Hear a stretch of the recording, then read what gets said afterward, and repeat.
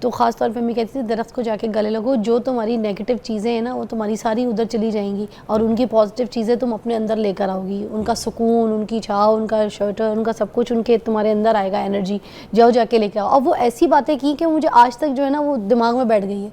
مطلب مجھے چلتے پھرتے بھی کہیں کوئی درخت دکھ جائے اور میں بہت چڑچڑی ہوں تو میں کہیں باہر جاؤں, میں لندن جاؤں, میں جا کے درخت کو گلے لگا لیتی ہوں. لیکن درخت کو گلے لگانے کے بعد بچے کو خود بھی گلے لگانا ہے آپ نے, تب اس کو فائدہ ہوگا. I like it. اچھا, آرگینک کمپوسٹ کس طریقے سے بنایا جا سکتا ہے گھر پہ؟ اچھا, آرگینک کمپوسٹ نام سے ظاہر ہے کہ اینی تھنگ آرگینک, جو درختوں سے ہمیں پتے ملتے ہیں جو گر جاتے ہیں, فالن لیوز, اس کے بعد جو ہم فروٹ مل جاتا ہے درختوں سے, اس کے چھلکے یا روٹن فروٹ, جتنی بھی یہ آرگینک چیزیں ہیں جب ہم مٹی میں ڈال دیتے ہیں. What is rotten fruit? گلا ہوا ہوتا ہے, گل سڑ جاتا ہے, جو گھر میں پڑا ہے فریج میں خراب ہو گیا, زیادہ دن ہو گیا آپ نے نہیں کھایا, تو گلا سڑا سبزی منڈیوں میں ہوتا ہے, اسی طرح خراب ہو گیا, کٹ گیا, زخم لگ گیا, کیڑا. چائے کی پتی کا بھی بڑا کہتے ہیں نا لوگ. چائے کی پتی بھی آرگینک ہے نا, دیکھیں یہ بھی پلانٹ سے آتی ہے. ہر وہ چیز جو ہم یوز نہیں کرتے یا اس کو قابل استعمال نہیں رہ جاتی, ہم اس کو مٹی میں ڈال دیتے ہیں. مٹی کے اندر ایسی صلاحیت ہے کہ وہ ہر چیز کو دوبارہ سے ریسائیکل کر کے ہمارے لیے یوزیبل کر دیتی ہے. اس کو آرگینک کمپوسٹ کہتے ہیں سادہ زبان میں. ٹھیک ہے. اور یہ پودوں کے لیے اچھی ہے.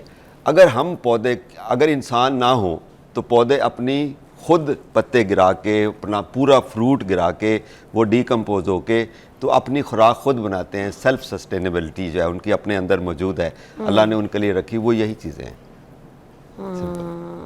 اچھا, انڈور پلانٹ کون کون سے ہیں, کون سے لیے جا سکتے ہیں اس موسم میں, خاص طور پہ گرمیاں بھی ہیں, خشک موسم بھی ہے, انڈور پلانٹ چل جائیں؟ اچھا, انڈور پلانٹ میں جو سب سے اچھی چوائس ہے نا وہ منی پلانٹ ہے, جس کے بارے میں ہم یہ کہتے ہیں کہ جی چوری کر کے لگائے تو زیادہ اچھا چلتا ہے. نہیں. اچھا, منی پلانٹ کے بارے میں ایک میتھ ہے جو کہ میں سمجھتا ہوں کہ اس ریئلٹی ہے. وہ کیا ہے میتھ ہی. وہ یہ ہے کہ آپ منی پلانٹ گھر میں رکھیں تو پیسے بہت آتے ہیں.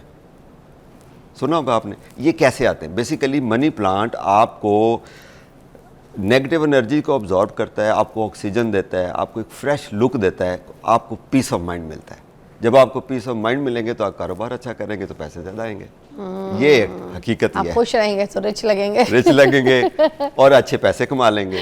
یہ حقیقت ہے. تو منی پلانٹ چوری کر کے لگانے سے زیادہ اچھا نہیں بڑھتا ہے, نہ ہی زیادہ پیسے آتے ہیں. ہاں, کسی سے مانگ کے لے لیں, اتنا مہنگا نہیں ہوتا. تو منی پلانٹ چونکہ بہت آسانی سے چل جاتا ہے, لہٰذا اس کو مہنگا کہنا تھوڑی زیادتی ہو جائے گی. مجھے تو مہنگا ہی لگا, ابھی میں لینے گئی 1800 روپے کا دے رہے تھے پلانٹ. آپ کسی بہن بھائی سے, کسی جاننے والے سے کٹنگ لے آئیں, اس کو پانی والی بوٹل میں ڈالیں, چل جائے گا. بالکل, کٹنگ سے سب سے آسانی سے چل جاتا ہے. اچھا, جو لوگ منی پلانٹ رکھتے ہیں اس کے لیے میں آپ کو ٹپ بتاتا ہوں. ہاں جی, بتا. منی پلانٹ کو کبھی بھی کوئی تیز فرٹیلائزر جو ہم باقی سبزیوں کو یا پھل والے پودوں کو دیتے ہیں وہ نہیں دینی. اس کے لیے سب سے اچھی کھاد یہ ہے کہ آپ اس کو کمپوسٹ ٹی دے دیں. کمپوسٹ ٹی کیا ہوتی ہے؟ لیٹ سے ورمی کمپوسٹ ہے یا آرگینک کمپوسٹ ہے, سب کو نام پتہ ہے. 1 کلو لے کے اس کو 3-4 لیٹر پانی میں 12 گھنٹے پہ گھو دیں. جب اس کا اثر اس پانی میں آ جائے گا تو اس پانی میں اتنا پانی اور ڈال دیں 50%, اور یہ بہت اچھا پانی بن جائے گا. یہ اس کے لیے ٹی ہے.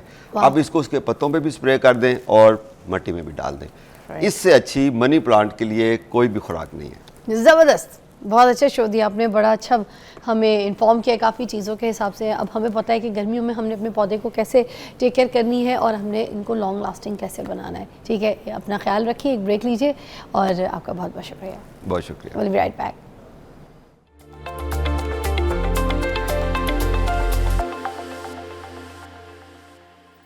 Watching morning with Fiza. ناظرین, بڑی زبردست مہمان میرے ساتھ موجود ہیں, اور آپ کو پتہ ہے کہ کوئی بھی عورت اگر آگے بڑھتی ہے, کوئی لڑکی آگے بڑھتی ہے, تو معاشرہ ویسے ہی اس کو بہت جو ہے نا تنگ کرتا ہے, آگے راستہ روکتا ہے, بڑھنے نہیں دیتا, پھر اپنا جو ہے نا تیروں کا نشانہ بنا دیتا ہے کہ بھائی اس کی طرف جو کہنا ہے اس کو کہنا ہے. آج بڑی ہمت اور بہادر ایڈونچرس جو ایتھلیٹ ہیں میرے ساتھ موجود ہیں, کامیاب ماشاءاللہ ایکسپلورر ہے, اور دنیا جو ہے نا وہ ٹریول کر رہی ہیں اپنے ایڈونچرس طریقے سے.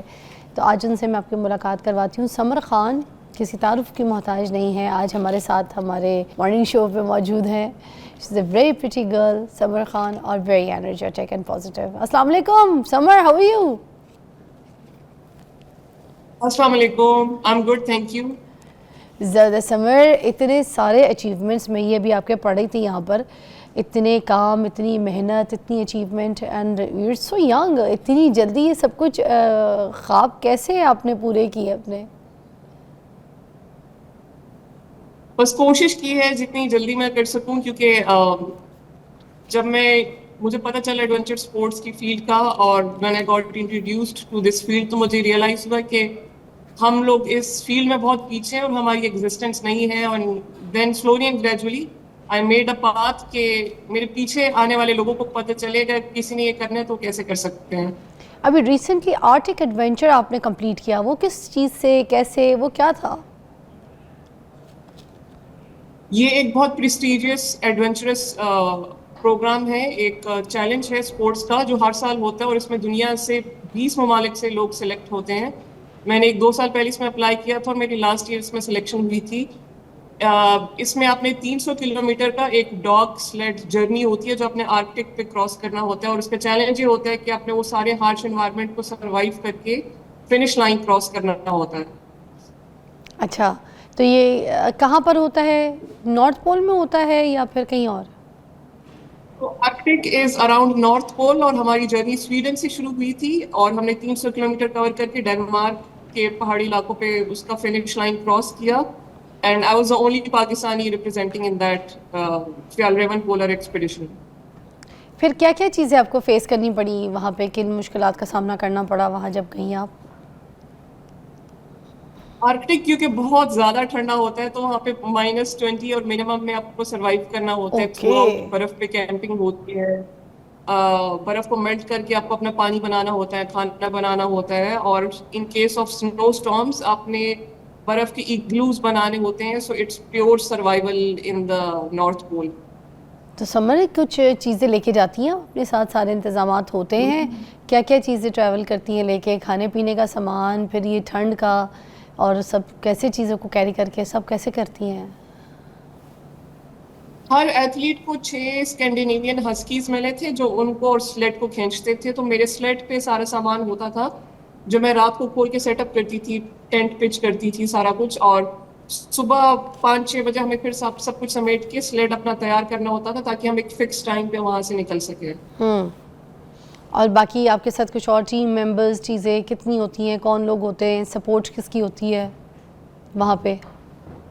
کیونکہ میرے ساتھ 19 ایتھلیٹس اور بھی تھے دنیا کے مختلف ممالک سے, اور ہمیں 5 ممبرس کی ٹیم پہ ڈیوائڈ کیا ہوا تھا. تو ہم ٹیم کی شکل میں ٹریول کرتے تھے. ہمارے ساتھ ایک ٹیم لیڈ ہوتے تھے جنہیں آرکٹک پہ رستوں کا پتہ ہوتا تھا, کیونکہ اٹ واز آل سنو, ہم نہیں نیویگیٹ کر سکتے تھے. تو ہم ہر رات بیٹھ کے پہلے میپ پہ نیویگیٹ کرتے تھے کہ ہم نے کس طرف جانا ہے, اور پھر ہم اس ٹریک کو فالو کرتے تھے. سمر آپ نے شروع کیسے کیا, ذرا انٹرسٹنگ سٹوری اپنی زبانی تھوڑی سی بتائیے گا, کیونکہ آپ نے تو بڑے گلیشیئر بھی سر کیے ہیں, اور یہ سفر کیسے شروع ہوا, یہاں تک کیسے پہنچی؟ سائیکلنگ بھی کرتی تھیں آپ تو بڑی.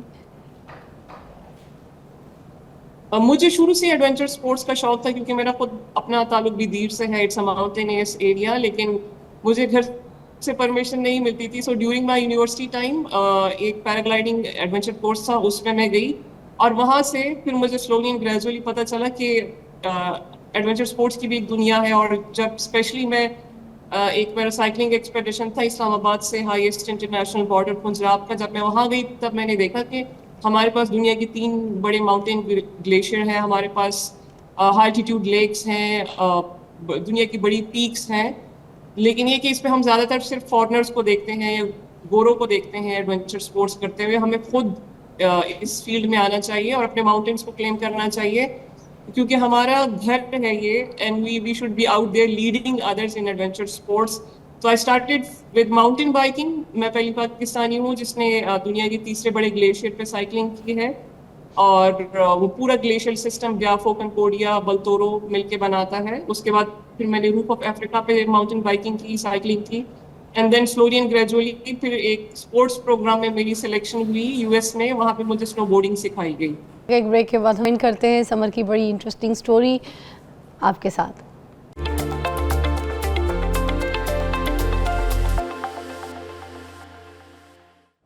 Welcome back. ہمارے پاس سمر خان موجود ہیں. کیا انٹرسٹنگ سٹوری ہے.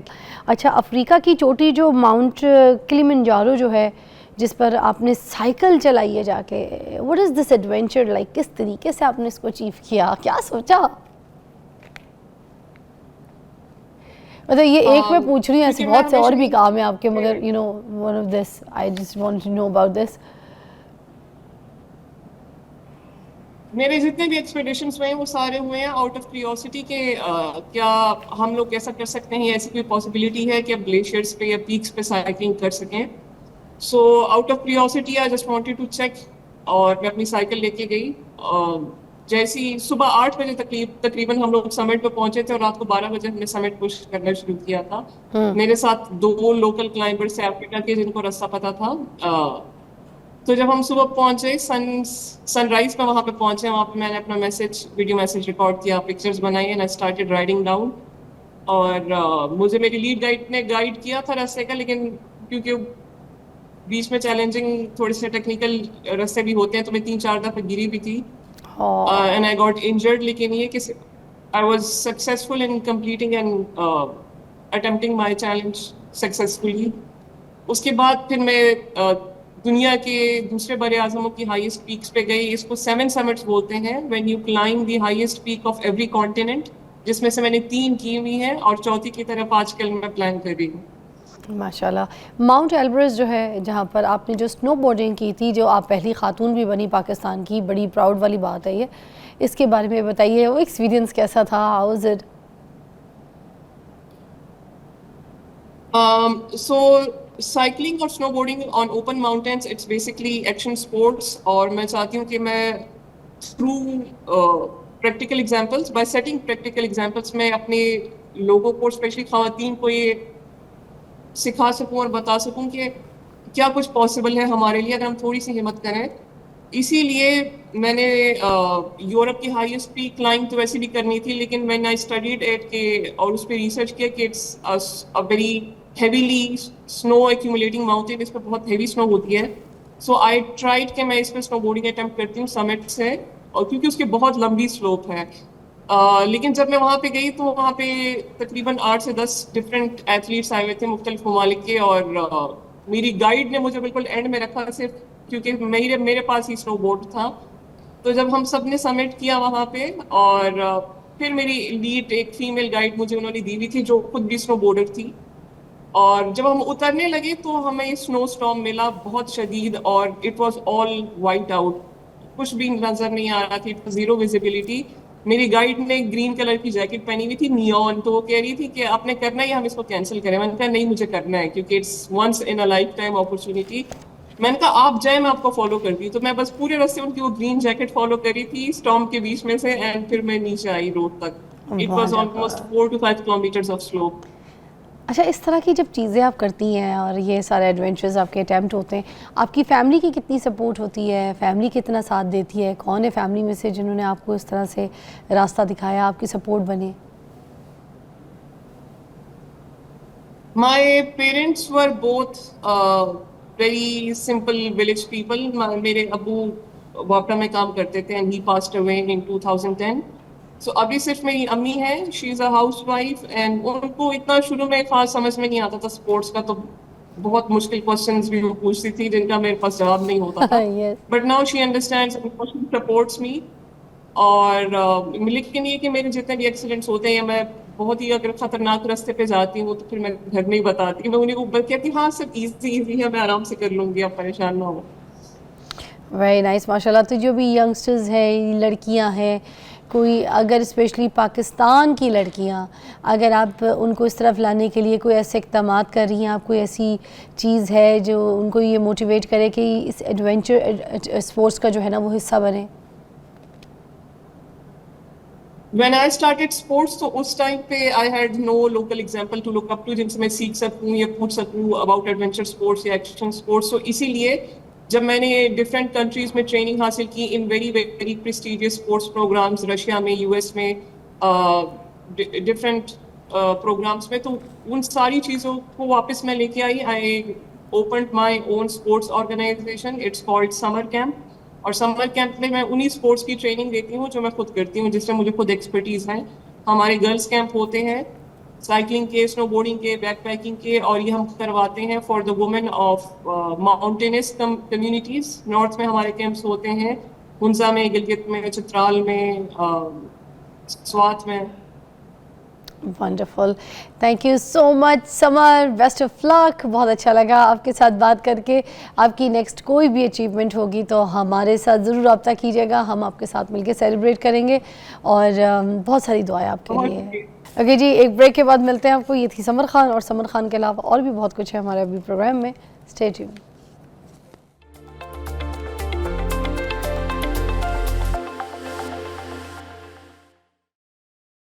Welcome back, you watching morning with فضا. ناظرین, زبردست سیگمنٹ کے ساتھ حاضر ہیں, مگر میرے مہمان کے بارے میں بتا دوں کہ بڑے زبردست مہمان جب آتے ہیں تو بڑی رہنمائی کر کے جاتے ہیں, اور بڑے نارمل سٹائل سے. مطلب کچھ ہوتا ہے نا, کچھ لوگ ہمیں سمجھانے کی جب کوشش کرتے ہیں تو ہمیں صرف ایسا لگتا ہے کہ گفتگو کر رہے ہیں, کوئی بات کر رہے ہیں, یا بس ادھر ادھر کی ہمیں سنا رہے ہیں. مگر کچھ لوگ ہمیں ایسی راہ دکھا کے جاتے ہیں, یا پھر ایسی کچھ ایک راستہ ہمیں دکھا جاتے ہیں جس میں ہمیں چلنا آسان ہو جاتا ہے. تو بیسکلی وہ راستہ پکڑنا چاہیے جہاں پہ چلنا آسان ہو, مجھے ایسا لگتا ہے. کیونکہ مشکل راستے جو ہے نا لے کے تو آپ کو دور تک جاتے ہیں, مگر سم ٹائمز آپ کو اس مشکل رستوں میں آپ شارٹ کٹ بھی ڈھونڈ رہے ہوتے ہیں. تو ویسے زندگی ہے تو آسان, مگر ہم نے اس کو مشکل کر کے پھر شارٹ کٹس جو ہے نا وہ دیکھنا شروع کر دینے ہوتے ہیں. تو آج ہم ان آسان راستوں کے بارے میں پوچھیں گے کہ ہے کیا آسان, مگر کیوں ہم نے اپنی زندگی کو مشکل کیا ہوا ہے. فار ایگزامپل, آج کا جو ہمارا ٹاپک ہے, ہم بات کریں گے کہ جو خواہشات ہیں ان کو ہم کس طریقے سے کنٹرول کر سکتے ہیں. فار ایگزامپل, اگر آپ کے اپنے انسٹا پہ, یا پھر آپ کے سوشل میڈیا پہ, یا فیس بک پہ, ٹک ٹاک پہ آپ کے اگر ملینز نہیں ہیں اکاؤنٹ میں, تو آپ کو یہاں پہ ڈپریشن ہوتی ہے کہ یار میرے اکاؤنٹ پہ یار ملین نہیں ہو رہا. روز دیکھیں گے 1 5 کتنے ویوز بڑھ گئے, کتنے فالوورز آ گئے میرے اکاؤنٹ میں. سائیکو ہو رہے ہوتے ہیں, پاگل ہو رہے ہوتے ہیں, خاص طور پہ وہ لوگ جو بالکل نیا اکاؤنٹ بناتے ہیں. ٹھیک ہے, اب یہ ہے چاہ, زبردستی کی, فضول کی ایسی خواہش جس کا کوئی فائدہ نہیں ہے. کسی گاڑی میں جا رہے ہیں, دوسرے کی گاڑی کو دیکھیں گے, بائک پہ جا رہے ہیں تو گاڑی کو دیکھیں گے, سائیکل پہ جا رہے ہیں تو بائک کو دیکھیں گے, اور ساتھ حسد بھی کریں گے.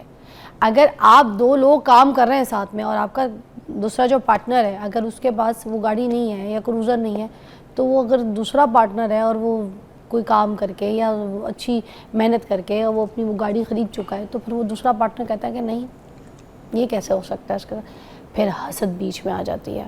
ٹھیک ہے, وہاں سے حسد جنم لیتی ہے.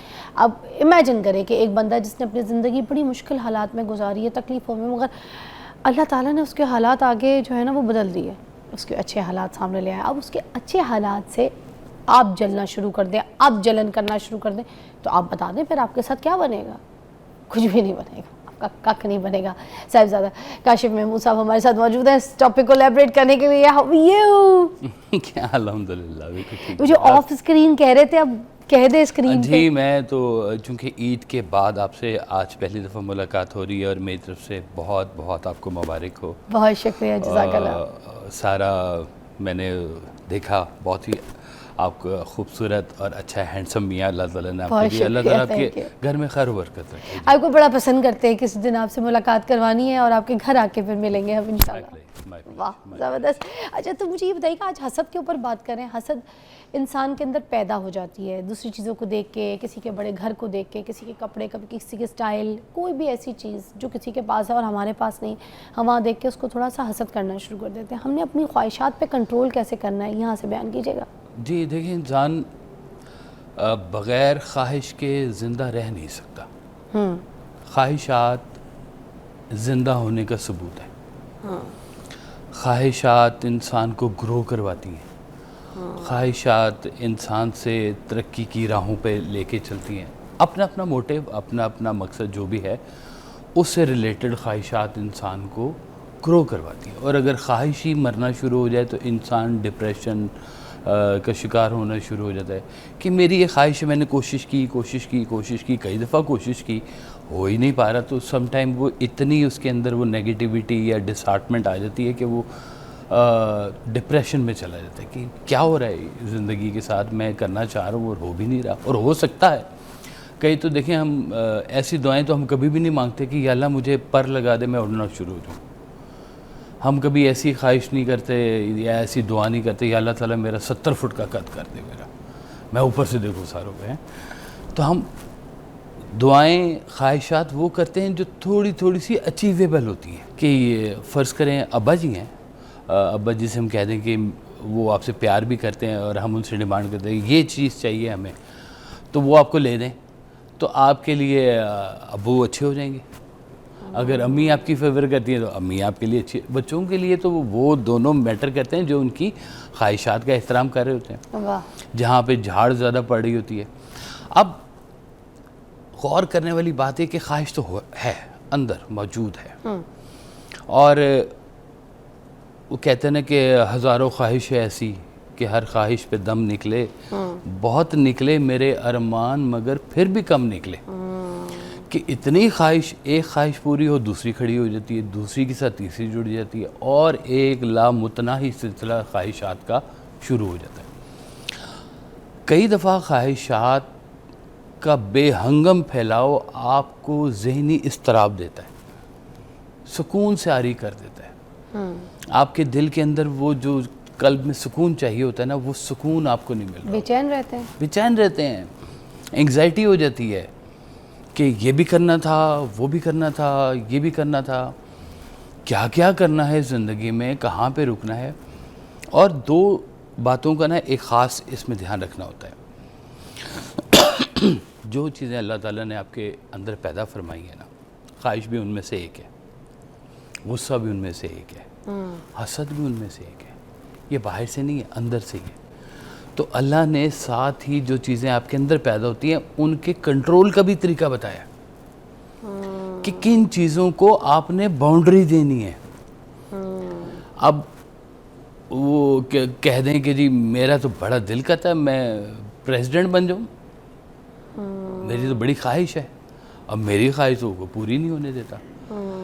شادیوں کے معاملات ہوتے ہیں, لڑکے لڑکیوں سے شادی کرنا چاہے, لڑکی دکھ بھری ساری شاعریاں بنی ہوئی انہی کے اوپر ہیں, ہے نا جی. سارے رونے والے گانے بھی ہیں, آسماں بڑا بے رحم ہو گیا ہے, تو میری بات ہی نہیں سن رہا ہے. تو اب وہاں پر خواہش اور تقدیر کے درمیان میں جھگڑا ہو گیا کہ میری خواہش تھی لیکن فیصلہ رب کا یہاں کچھ اور تھا. خواہش اور تقدیر جہاں پہ ٹکرائیں گے وہاں پہ ہمیشہ تقدیر کی جیت ہوگی, اچھا, مقدر کی. اس لیے کہتے ہیں کہ اپنی خواہشات کو تھوڑا سا تقدیر کے تابع بھی کرنا چاہیے, اللہ کے فیصلوں کو ماننا بھی چاہیے. وہ کتنی مشہور ہے کہ ایک تیری خواہش ہے, ایک میری خواہش ہے, اور اللہ کہتا ہوگا وہی جو میری خواہش. اے ابن آدم, ایک بریک لیتے ہیں جی اسی بات پہ.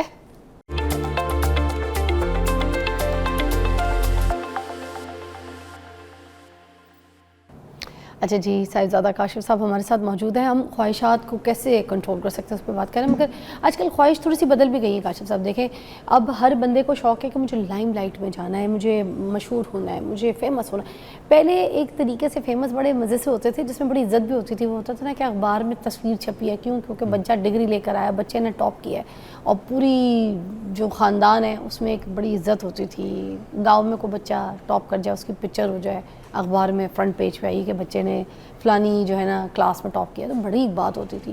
اس طریقے سے فیمس ہونے کی خواہشیں ہوتی تھی. آج کل کا فیمس کچھ اور فیمس ہے. آج کل کہتا ہے بندہ میں نے وائرل ہونا ہے, آج کل کا بندہ میں نے کہنا ہے کہ میں ٹی وی ایکٹر ہوں, ڈزنٹ میٹر, میں سنگر ہوں, ڈزنٹ میٹر, میں ماڈل ہوں, ڈزنٹ میٹر, میں نے فیمس ہونا ہے. نہ تمہارے اندر کوئی اسکل ہے, نہ کوئی تمہارے اندر کوئی چارم ہے, نہ لک ہے, فیمس ہونا ہے. اب وہ جو فیمس ہونے کا خواب ہے نا, وہ دوسرے کو کچل رہا ہے, ذلیل و خوار کر رہا ہے, یا پھر کسی کے بارے میں گندا بول رہا ہے کوئی بیٹھ کے, اور اپنے آپ کو سمجھ رہا ہے میں اچھا کام کر رہا ہوں, میں فیمس ہو رہا ہوں.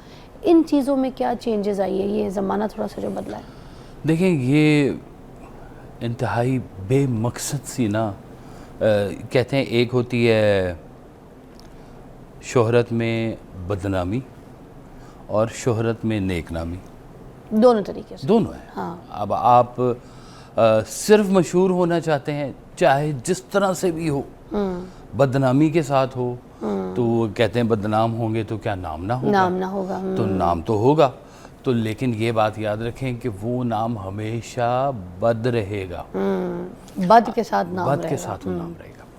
اچھا ایک آپ کو نا اس کے اندر بڑے راز کی بات بتا دوں.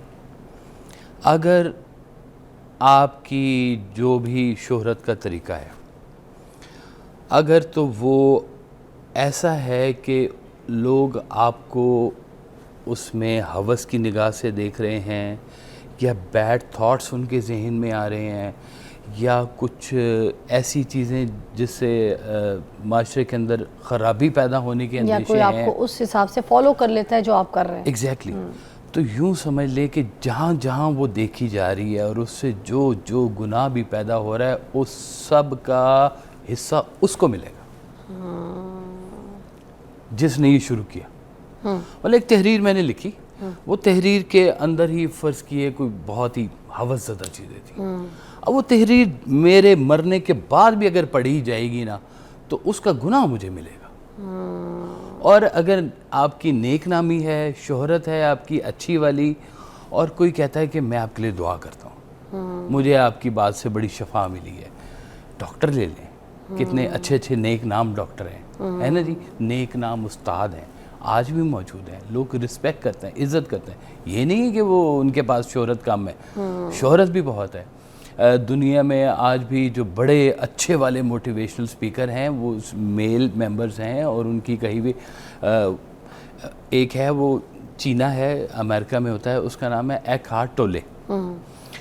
اچھا ہے تو وہ مسلمان نہیں, لیکن اس کی باتوں سے کبھی کبھی مجھے نا ایسے لگتا ہے کہ کچھ رحمت کے گلمپسز ہیں اس کے اوپر بھی. اچھا. کبھی کبھی وہ بات ایسی کر دیتا ہے کہ ایسے لگتا ہے روح سے نکلی ہوئی کوئی بات ہے, اس کو کہیں ایکسپوجر ہوا ہے روح کا.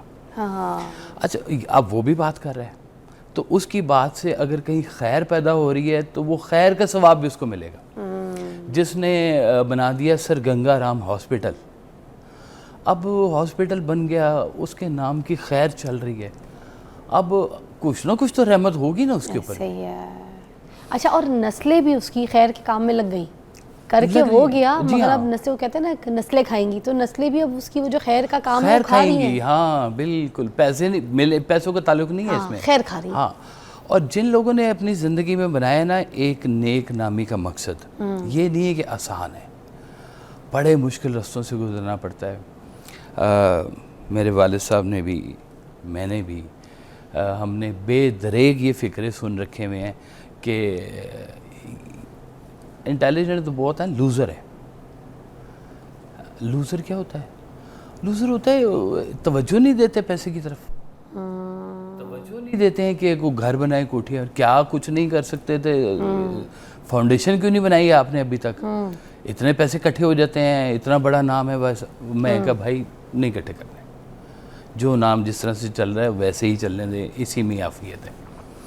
تو آپ کو زندگی کی دشواریاں ملیں گی, لازمی ملیں گی, اچھے مقصد میں. شادی کا پہلو بھی ڈسکس کرتے ہیں. شادی کی خواہشات جو ہے انسان کو بہت اچھے برے راستے دکھا دیتی ہے, اور کچھ ٹائم ایسا آتا ہے, ایک عورت ہے جب اگر وہ شادی نہیں کرتی اور یہ ڈیسائیڈ کرتی ہے کہ بھائی میں نے کامیاب ہونا ہے, میں نے کام کرنا ہے, میں نے ایک یہ مقام حاصل کرنا ہے, اس ٹائم پہ نا اس اسٹرگل میں اور بھیڑ میں لگی ہوتی ہے اور ساری ایکسائٹمنٹس حاصل کر رہی ہوتی ہے, مگر ایک وقت آتا ہے کہ وہ اس ٹائم پہ جا کے بالکل اکیلی رہ جاتی ہے, اور وہ سوچتی ہے کہ یار کاش میں یہ جو پڑھائی کرتے کرتے, یہ جو کام کرتے کرتے, اپنا پیسہ کماتے کماتے میں جو اکیلی رہ گئی ہوں, تو وہ جو اکیلی ہے نا وہ تنہا ہو جاتی ہے اس ٹائم پہ, بالکل تنہا, کیونکہ وہ سوچتی ہے پھر اس وقت فیل کرتی ہے کہ نا میرا بچہ ہے کہ جس کے ساتھ میں کھیل لیتی, بات کر لیتی, نہ میرا شوہر ہے جس کے ساتھ میں کہیں ٹریولنگ کر لیتی, یا میں اپنا دل ہلکا کر لیتی کوئی بات, یا مجھے کوئی کندھا مل جاتا, کوئی سہارا مل, تو اس ٹائم پہ وہ بہت تنہا ہو جاتی ہے.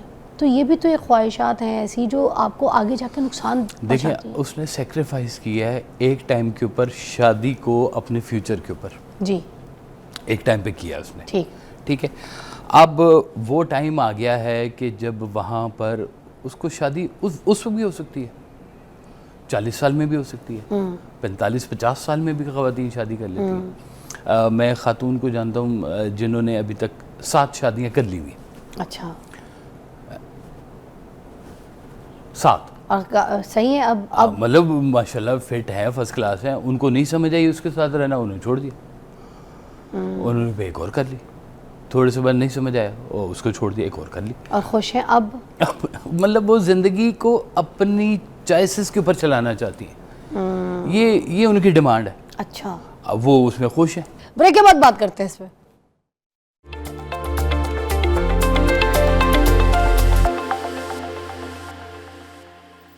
اچھا, ہم خواہشات کی بات کر رہے تھے. میں کہہ رہی تھی ایک خواہش وہ بھی تو ہے کہ جو مرنے کے بعد کی زندگی ہمیں ملے گی, نصیب ہوگی, اور وہ کتنی خوبصورت ہوگی, جو کبھی ختم نہیں ہونے والی زندگی, اصل میں لانگ ٹرم زندگی وہی ہے, اصل زندگی وہی ہے. تو شارٹ ٹرم ہمیں ایک وہ نہیں ہے ایپیٹائزر, یہ وہ ایپیٹائزر لائف ہمیں یہاں پہ ملی ہے, مگر اصل میں ہوتا کیا ہے کہ اس کی خوشی, اس کی خواہش کرنے کے بجائے کہ ہم ادھر جائیں گے تو یہ زندگی ہوگی ایسے بادشاہوں کی طرح, ایسے ملکاؤں کی طرح, ہم یہاں پہ ڈرے بیٹھے ہوتے ہیں کہ یار جو کچھ کرنا ہے ادھر کر لو, ایک ہی زندگی ملی ہے, مر گئے تو پھر کیا ہے, کچھ نہیں ہے. تو یہ ہم نے اپنی سوچ ایسی بنا لی کیونکہ ہمیں ہمارے اعمالوں کا پتہ ہے کہ ہم کر وہ سارے کام رہے کہ جو حال ہونا ہے اس کا کوئی حال سمجھ ہی نہیں ہے. سب کو پتہ ہے کہ جو کر رہے ہو وہی آپ نے جا کے کاٹنا بھی ہے. بالکل ایسے ہی. اور انسان کو نا جب اللہ تعالیٰ جس پہ رحم کرتا ہے نا, جس پہ فضل کرتا ہے, اس سے اس دنیا میں خیر کے کام کروانے شروع کرتا ہے. مطلب وہ سیکوینس بنا دیتا ہے اللہ تعالیٰ کہ جس کا رزلٹ اچھا ملنا ہے, خود بخود اچھا ملنا ہوتا ہے. اچھا, اب ایک بڑی مشہور کہانی ہے, ہارون رشید کی بیگم تھی, ان کا نام تھا زبیدہ خاتون. وہ گزری تو ایک درویش بیٹھا ہوا تھا, بہلول دانا ان کا نام تھا. اچھا, وہ ریت کے اوپر بیٹھ کے نا وہ بنا رہا ہے کوئی ایسے گروندے سے. اچھا, تو انہوں نے کہا یہ کیا بنا رہے ہو؟ اس نے کہا میں جنت میں گھر بنا رہا ہوں. ان کے کتنے کا ملے گا؟ انہوں نے کہا 2 اشرفیوں کا ملے گا. انہوں نے کہا یہ لے پکڑ 2 اشرفیاں. اچھا, وہ زبیدہ خاتون نے گھر جا کے اپنے میاں کو بتایا کہ آج میں نے 2 اشرفیوں میں جنت میں گھر خرید لیا. میاں نے مذاق اڑایا. اب بھلا ایسے بھی کبھی ہوا ہے کہ کسی کو اشرفیوں میں 2 اشرفیوں میں ہے گھر مل گیا اس جنت میں؟ اچھا, اس رات وہ سویا تو اس نے دیکھا کہ وہ جنت میں ہے اور آگے ایک بہت بڑا محل ہے. نہیں, کون سویا جس نے اشرفیاں لی تھی؟ ہارون رشید, جو اس کا میاں تھا, جو مذاق اڑا رہا تھا اپنی بیگم کا. وہ سویا, اس نے دیکھا, اس نے دیکھا کہ میں جنت میں ہوں اور ایک محل ہے اور اس محل کے اوپر اس کی بیگم کا نام لکھا ہوا ہے. اچھا, اس نے اس میں اندر جانے کی کوشش کی تو باہر پہرے دار کھڑے تھے. انہوں نے کہا نا یہ آپ کی بیگم کا ہے, یہ ان کے لیے ہی ہے, آپ کا نہیں ہے یہ. واہ. وہ صبح اٹھا تو اب اس کو بھی وہ اندر لگ گئی چنتا کہ میں بھی جاؤں فٹافٹ جا کے لوں میں. آئی لائک چنتا. ہو جاتا ہے. تو وہ گیا, جا کے اس نے درویش سے کہا کہ بھائی وہ کیا کر رہے ہو؟ اس نے کہا میں جنت میں گھر بنا رہا ہوں. اس نے کہا مجھے بھی دو ایک گھر. اس نے کہا اتنے لاکھ اشرفیوں کا ملے گا. تو اس نے کہا کل تو تم نے 2 اشرفیوں کا. اس نے کہا اس نے بغیر دیکھے لیا ہے, تم دیکھ کے آ رہے ہو. کیا بات ہے. اچھا, اب ہوا کیا کہ زبیدہ خاتون سے اللہ تعالیٰ نے جو جنت میں گھر اس کو جو دیا, زندگی میں کیا کروایا؟ کیا؟ اس نے اپنے ملک سے مکہ شریف تک ایک نہر بنوائی میٹھے پانی کی, جو پہاڑوں میں سے چلتی ہوئی آ رہی ہے, اوپر نیچے ہو رہی ہے. اور اس دور میں میٹھا ٹھنڈا پانی حاجیوں کو نصیب نہیں ہوتا تھا, اور ایک ملک سے دوسرے ملک میں وہ میٹھے پانی کی نہر آئی اور حاجیوں کو پانی میٹھا ملنا شروع ہوا. اب جس نے وہ میٹھا پانی پیا ہوگا اس نے اللہ کا شکر ادا کیا ہوگا اور اس زبیدہ خاتون کے لیے دعا کی ہوگی, تو جنت میں گھر بن گیا کہ نہیں؟ اور وہ آپ نا کبھی دیکھیے گا, وہ آج بھی اس کی جو ہے نا باقیات اس نہر کی وہ آج بھی موجود ہے. میں نے خود اپنی آنکھوں سے ایسے پہاڑوں کے اوپر وہ ایک اتنی چھوٹی سی کینال سی بنی ہوئی وہ میں نے دیکھی ہے, اور اس کا نام ہے زبیدہ خاتون نہر. کیا خوبصورت واقعہ, آپ نے اپنی آنکھوں دیکھی ہے چیز ہمیں بیان کیا. Very nice. تو دیکھیں اللہ تعالیٰ جب جس پہ رحم کرتا ہے نا, تو زندگی کے اندر کچھ کام ایسے اس سے کروا دیتا ہے جہاں سے اس کی نیکی بن جاتی ہے. واہ. تو خواہش کیا کہ حاجیوں کا بھلا ہو, حاجیوں کو میٹھا ٹھنڈا میٹھا پانی ملے وہاں پر, جو کہ سمندر ہے. اب جدہ آپ کو پتہ ہے وہاں پہ تو کڑوا پانی ہوتا ہے. یہ تو اب آ کے تھوڑے فلٹریشنز اور یہ وہ چیزیں ہو گئی, پرانے وقت میں تو نہیں ہوتا تھا. کنویں تھے تو کنووں کا پانی نکالا جاتا تھا, کھارا ہوتا تھا. سرکار صلی اللہ علیہ وسلم نے لعاب دہن لگا کے کنویں کو میٹھا کیا. تو کتنے واقعات ہیں. تو میں یہ کہتا ہوں کہ اپنی خواہشات ضرور بنائیں, ضرور اچھے گھر کے لیے کوشش کریں, نیک اور پاکیزہ رزق کے لیے کوشش کریں, لیکن اپنی خواہشات میں ان خواہشات کو کم از کم دبا لیں. بانو آپا کہتی تھی, بانو قدسیہ کہتی تھی کہ ہر عورت کے دل میں نا اس کا اپنا ایک ذاتی ڈرائنگ روم ہوتا ہے.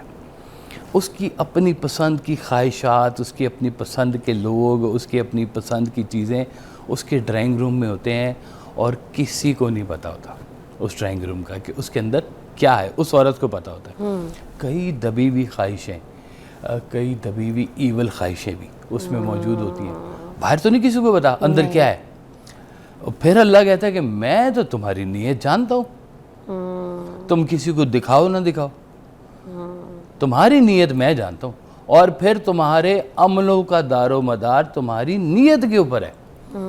تمہاری اگر نیت میں بد ہو گیا ہے تو تمہارے عمل میں بھی بد شامل ہوگا. اچھا, بیٹیوں کے لیے دعا کرنا کہ ہمارے بیٹی کی شادی جو ہے نا ملونر سے ہو جائے, یا پھر کسی بیٹی کی خواہش کرنا کہ بھائی اس فلانی خاندان کی لڑکی ہمارے گھر آ جائے, اب وہ اس کے ساتھ میچ کرے کہ نہ کرے, بیٹے کا ذہن اس کے ساتھ ملے کہ نہ ملے, پھر وہ صحبت کا ڈفرینس تو اب یہ جو کلچر کا ڈفرینٹ چیزیں ہو جاتی ہیں. اب بچے کی خواہش کہیں اور شادی کی, باپ کی خواہش کہیں اور کہ بیٹی کی شادی ہو. اب یہ جو خواہشات ہیں جو مس میچ بھی ہوتی ہیں خاص طور پہ شادی والے ٹائم پہ, اس بارے میں کیا کہیں گے آپ؟ دیکھیں, میں کہتا ہوں بیٹیوں کے لیے نا ہمیشہ سکھ کی دعا مانگا کریں کہ اللہ تعالیٰ بیٹیوں کی طرف سے ٹھنڈی ہوائیں ہیں. پیسے والے کے لیے, پیسے کی نہیں. دیکھیں, پیسہ ایک سٹیج پہ آ کے بالکل بے معنی ہو جاتا ہے. وہ سٹیج کون سی ہوتی ہے کہ جب میاں بیوی اس جگہ پر اس نہج پہ آ کے کھڑے ہو جائیں کہ نہ بیوی میاں کی عزت کرنا چاہتی ہے, نہ میاں بیوی سے محبت کرنا چاہتا ہے, چاہے اربوں روپے بینک میں پڑے ہوں, تو دونوں کے لیے بے سود ہے. میری بہت سی ایسی کچھ دوستیں ہیں, نعوذ باللہ مجھے بولنا نہیں چاہیے مگر یہاں پہ کیونکہ بات چھڑی ہے تو تھوڑا سا میں کہہ دیتی ہوں کہ بڑی انہوں نے خواہش کی کہ شادی پیسے والے بندے سے کرنی ہے, بڑے پیسے والے بندے سے, یہ فلانی مل اونر ہو, یہ ہو وہ. ان کی شادیاں تو ہو گئیں اور دیکھنے میں وہ لگتی بھی بہت خوش ہیں, جو تو جیسے کپڑے لتے مہنگی مہنگی چیزیں سب کچھ, مگر جیسے میں ان کی کیونکہ دوست ہوں تو مجھے ان کی اندر کے حالات پتہ ہیں. تو یہ لڑکیوں کو سمجھانے کے لیے میسج بتا رہی ہوں, اور کسی کا راز یا کسی کا نام نہیں لے رہی, اس کو فضول میں وائرل نہ کیجیے گا. اب وہ جو بیچاری دوست ہیں وہ مجھے فون پہ بتاتی کیا ہے, وہ کہتی ہے کہ ساری رات میاں کی شراب کی الٹیاں جو ہیں وہ پوچھ رہے ہوتے ہیں ہم, بچے ڈرے سہمے گھر میں بیٹھے ہوتے ہیں, اور یہ آتے ہیں شراب پی کے تو ساری رات چیختے ہیں, یا پھر شراب پی کے آتے ہیں تو اتنا بولتے ہیں. اب آپ خود ڈیسائیڈ کر لیں, کیا یہ لائف ہے کہ بندہ اگر پیسے والا ہے, شرابی ہے, یا کوئی کسی برے لت میں, نشے میں, یا دوستی یاری میں پڑا ہوا ہے, اور آپ نے اپنی بیٹی کو صرف پیسہ یا کوٹھی دے کے شادی کر دی ہے, تو کیا یہ لائف ہے؟ آپ سوچ لیجیے, آپ اپنی بیٹی کو ایک عالیشان سکھ پیسفل لائف دے رہے ہیں, یا پھر اپنی بیٹی کے رہتی پوری جو زندگی ایک لائف ہے اس میں اس کو ایک عذاب میں دھکا دے رہے ہیں. آپ نے ڈیسائیڈ کرنا ہے. تھینک یو سو مچ کاشف صاحب. جی بسم اللہ, بہت شکریہ. بریک کے بعد ملتے ہیں.